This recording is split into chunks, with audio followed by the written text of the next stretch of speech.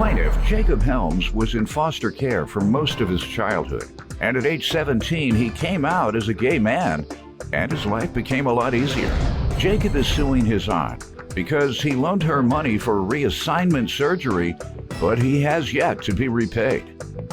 Defendant Kylie Terry says she was born a man, but was always uncomfortable with herself. So last year, she started living her life as a woman. Prior to coming out, Kylie was addicted to meth and heroin, but she hasn't touched a drug since. Kylie insists the money from Jacob was a gift. Start with you.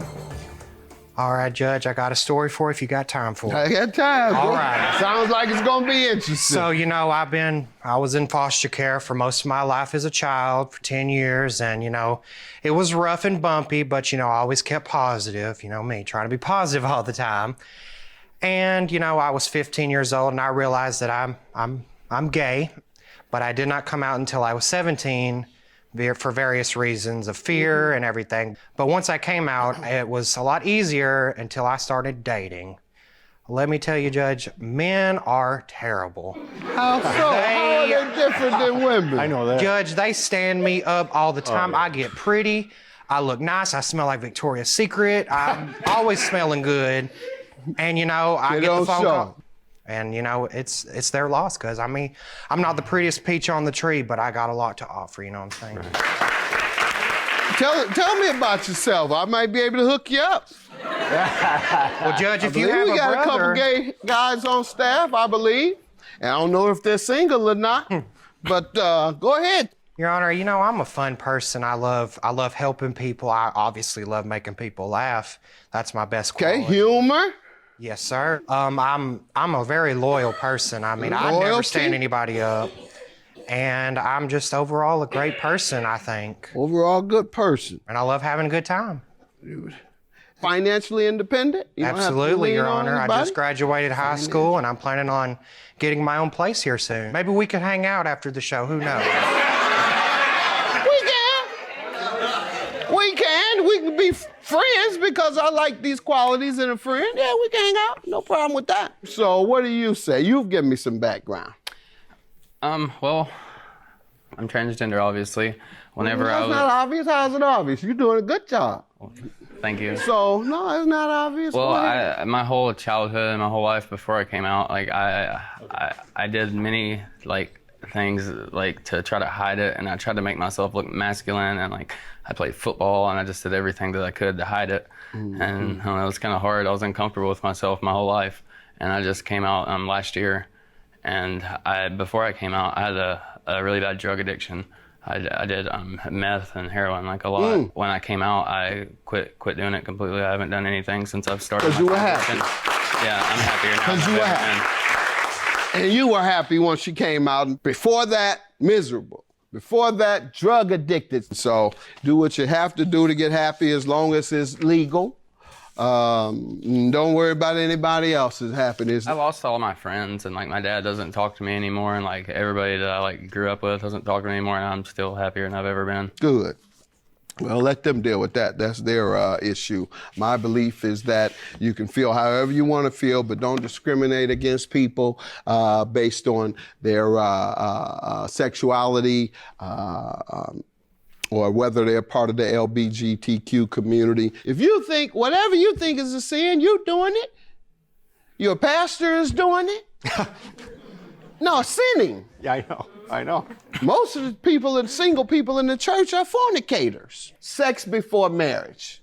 So don't ever tell me about how you're going to discriminate against somebody because of your personal values and what you project as right or wrong. Start at that church. Start there. Yeah, right. Then you can come and talk to her and him and everybody else. A bunch of hypocrites. Anyhow, I just got to defend my brothers and sisters. So there it is. That's what I'm doing.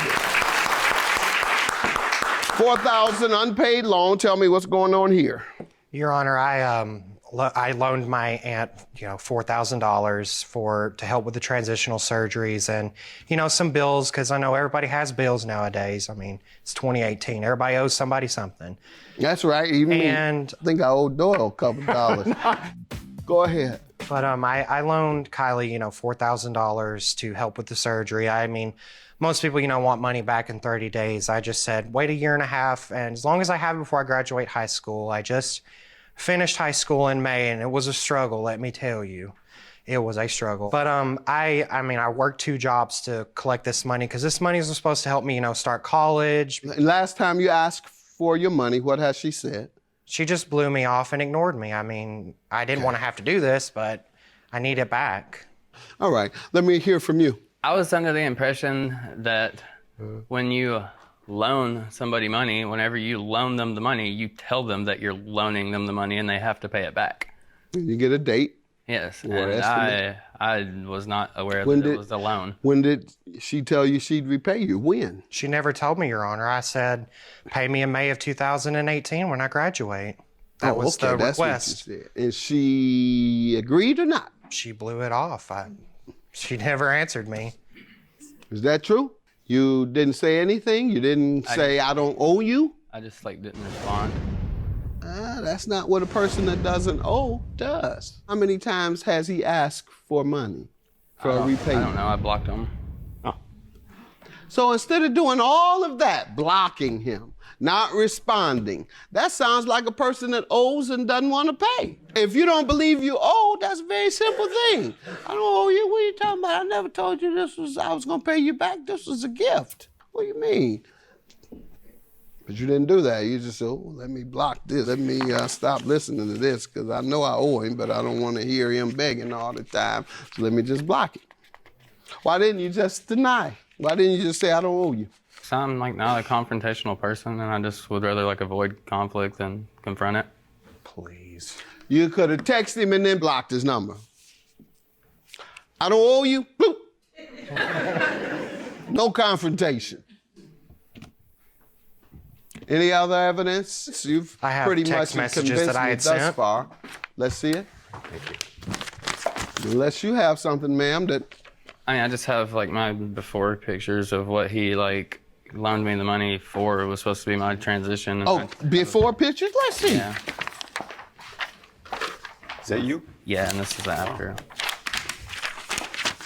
So does the transgender community believe they owe Caitlyn Jenner a debt for coming out? Because I think it has become easier to accept based on what they've seen about her life, Caitlyn's life. I'm just curious so that she'll know that she had an effect, and we'll see what we need to do more of so that folks will accept others. I feel like she made it more acceptable. Good. And everybody, I feel Good. like more people have been more comfortable with Good. coming out possibly because And you of her. have, what's the brother's name that produces Empire? Lee Daniels. Yeah. He portrayed on a few episodes 2 men engaged in affection, even sexual activities. Just like when there's discrimination against black and white couples.